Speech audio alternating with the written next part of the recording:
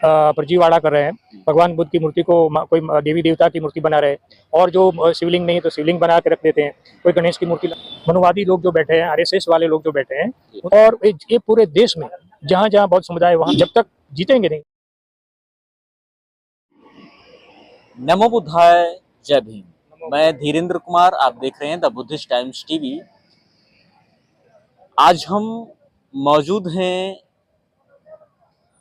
भारत की बुद्ध भूमि, भगवान बुद्ध की ज्ञान स्थली बौद्ध गया में।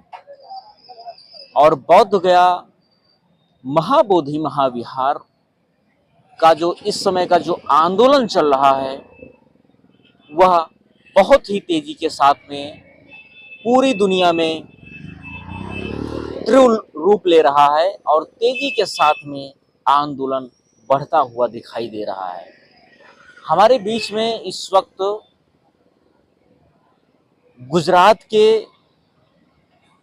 बहुत ही मशहूर और महान हस्ती आदरणीय रमेश बैंकर साहब हैं, जो गुजरात से चल करके आज महाबोधि मुक्ति आंदोलन को समर्थन देने के लिए, हर संभव मदद देने के लिए वो हाजिर हैं। द बुद्धिस्ट टाइम्स टीवी सबसे पहले सर आपका बहुत बहुत स्वागत करता है।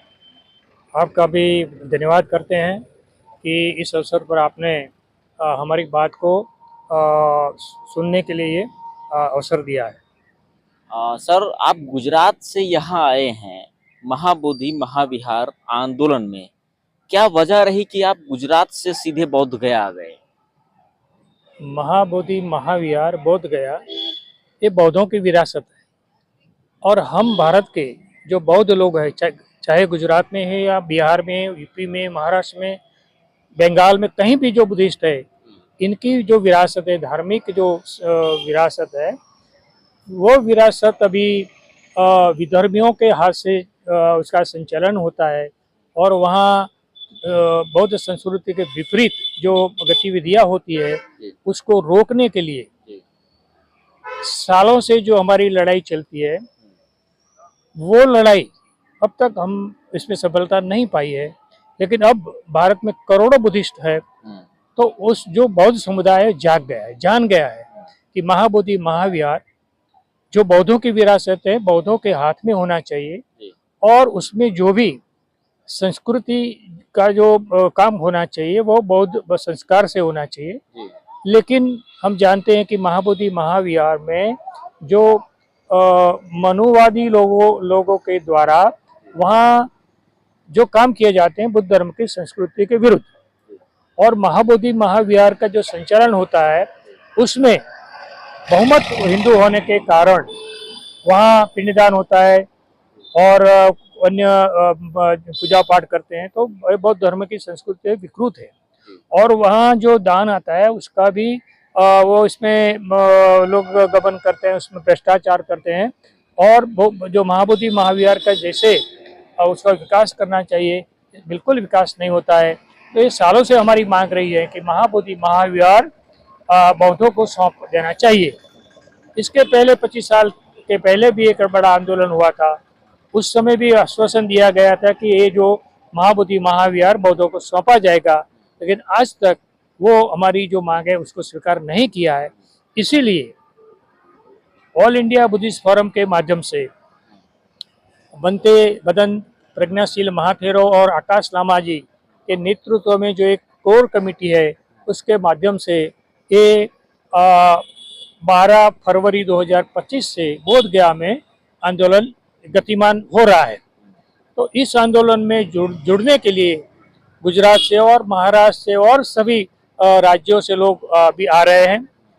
अब पहले चरण में ऐसा हुआ कि जो कुंभ मेला होने के कारण कोई ट्रेन का रिजर्वेशन वगैरह नहीं मिलता था, लोग नहीं आ पाए थे। लेकिन अभी ये रेलवे रिजर्वेशन वगैरह ये हो रहा है तो लोग आने लगे हैं। आज भी आप देखते हैं कि महाराष्ट्र से कम 100 लोग से ज़्यादा लोग ने यहाँ आए और समर्थन दिया। वैसे गुजरात से भी लोग 19 तारीख को ये बोध गया में पहुँचेंगे। महाराष्ट्र में से दम्मदीना भिखुणी अपने संघ के साथ 50 लोगों का संघ के साथ वो भी 19 तारीख को बोध गया में पहुंचेगी। तो हर तरह से भारत के सभी जिलों से सभी समुदाय से लोग आ रहे हैं और एक महाबोधि महाविहार मुक्ति के लिए जो आंदोलन चल रहा है उसको समर्थन देते हैं। और ये समर्थन हम इतना मजबूत होने वाला है कि भारत के सभी लोग ये बोध गया में इकट्ठा होंगे और सरकार को हमारी मांग को मानना पड़ेगा, सरकार को झुकना पड़ेगा और जो बीटी एक्ट 1949 है उसको निरस्त करना पड़ेगा और महाबोधि महाविहार बौद्धों को सौंपना पड़ेगा। ये हमारी न्यायी डिमांड है, जायज़ डिमांड है और इस डिमांड को उनको मानना ही पड़ेगा। नहीं मानेंगे तब तक हम ये हमारा आंदोलन खत्म नहीं करेंगे और जब भी हमारी मांगे पूरी होगी तो हम भारत देश खुशहाल हो, ये बोध गया का विकास हो, इसके लिए ये पूरा समुदाय काम करेगा। हम मैत्री चाहते हैं। हम लोग किसी धर्म से या किसी समुदाय से हमारा कोई झगड़ा नहीं है। महाबोधि महाविहार हमारा है, हमारी विरासत है तो हमारे हाथ में होना चाहिए। जैसे अन्य धर्मों की जो विरासत है अन्य धर्मों के लोग द्वारा संचालित होती है वैसे बुद्ध धर्म की जो विरासत है महाबोधि महाविहार कि जहाँ भगवान बुद्ध ने ज्ञान की प्राप्ति की और पूरी दुनिया में मैत्री और करुणा का संदेश गया और दुनिया खुशहाल हो गई। तो ऐसे पवित्र स्थल का की पवित्रता रहनी चाहिए और इसका विकास होना चाहिए ताकि दुनिया के सभी मानव के कल्याण के लिए भगवान बुद्ध का संदेश पहुंचे और सबका मंगल हो जाए। विकास से सर बात आती है जब जो हिंदू मंदिर होते हैं उन पे ब्राह्मण पंडित पुजारी उन मंदिरों की देखभाल करते हैं और उन श्रद्धालु जो भी दान में जो देते हैं वो उनको रखते हैं। जब मस्जिद में बात आती है तो मस्जिद में मुस्लिम जो है वो मुस्लिम समाज जो होता है उनके जो होते हैं उनके जो रक्षक होते हैं वो मस्जिदों की देखभाल करते हैं, उनकी सुरक्षा करते हैं और उनके जिम्मेदार व्यक्ति बनाए जाते हैं। जब बौद्धों की बात आती है तो जो बौद्धों का जो सबसे बड़ा जो वर्ल्ड हेरिटेज जो एक सबसे बड़ा आस्था का मंदिर है, पूरे विश्व का आस्था का मंदिर है महाबोधि महाविहार। तो जैसे अभी हाल ही में राम मंदिर की स्थापना हुई और राम मंदिर में जो है वहाँ पर एक तरफ से जो है सभी ब्राह्मण जो है लोगों को वहाँ पर समिति में जो है जोड़ा गया, ना किसी बौद्ध को जोड़ा गया ना किसी जो है मुस्लिम समाज को जोड़ा गया।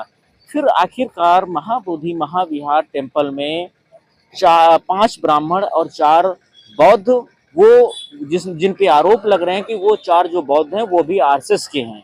तो ये बड़ा सवाल है, इसको किस रूप में आप देख रहे हैं?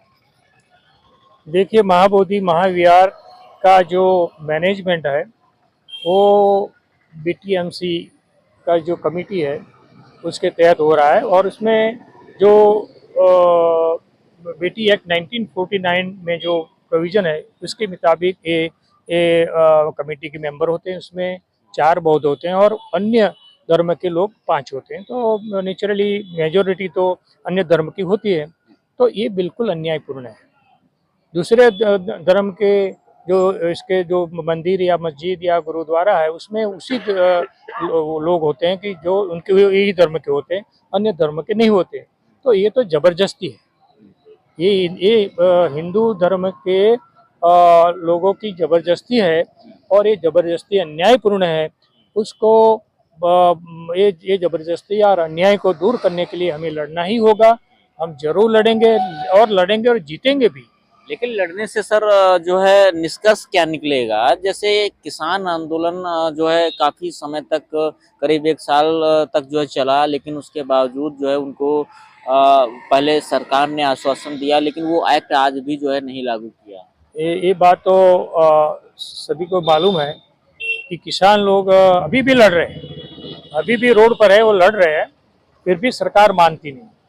लेकिन ये मसला और ये मसले में थोड़ा अंतर है। ये धार्मिक मसला है और ये धार्मिक मसले में तो पूरी दुनिया के बहुत लोग जुड़े हुए हैं, अकेले भारत के लोग नहीं हुए। तो इसलिए दुनिया के जो बौद्ध लोग हैं उन सबको ध्यान में रखते हुए ये महाबोधि महाविहार बौद्धों को उनको सौंपना ही पड़ेगा।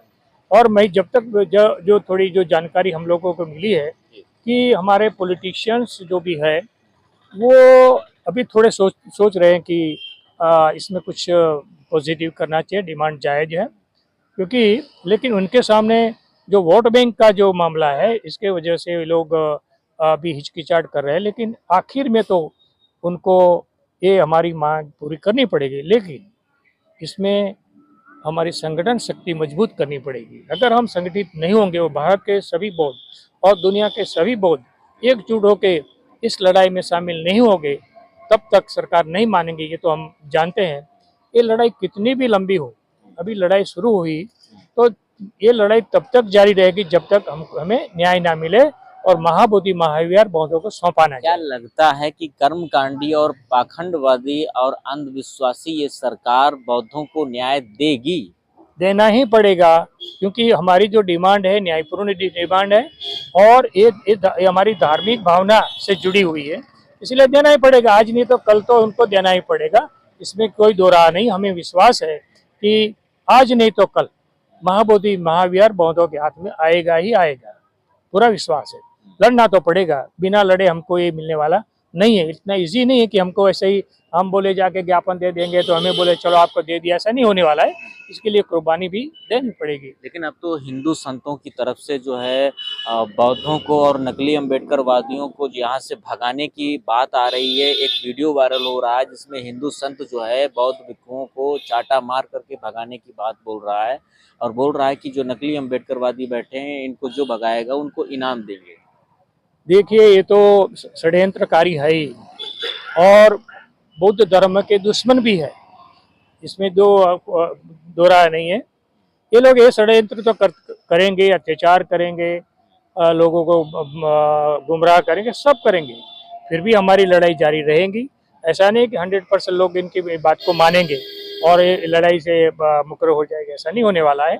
लड़ेंगे, डेफिनेटली लड़ेंगे और जीतेंगे भी, पूरा विश्वास है। सरकार ने आंदोलन स्थल को जो है ये तीसरा आंदोलन स्थल है जहाँ पर जो है आज यहाँ पर बौद्ध भिक्षु आज 27वां दिन है बैठे हुए हैं। इससे पहले 2 स्थान जो है सरकार ने चेंज करवा दिए, जबरदस्ती जो है उनको वहाँ से हटवा दिया, रात में डिटेन कर लिया, वहाँ 1 बजे रात में उठाया गया बौद्ध भिक्षुओं को।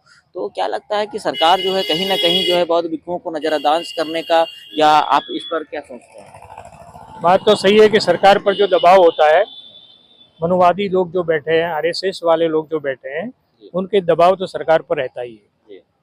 और इस वजह से जो अधिकारी लोग हैं वो सभी जो हथकंडे करते रहते हैं, वो करेंगे, इससे भी ज़्यादा करेंगे। हो सकता है कभी रात को एक डंडा मार के हमको भगाएंगे, ऐसा भी हो सकता है। जेल में बंद भी करेंगे, ऐसा भी हो सकता है।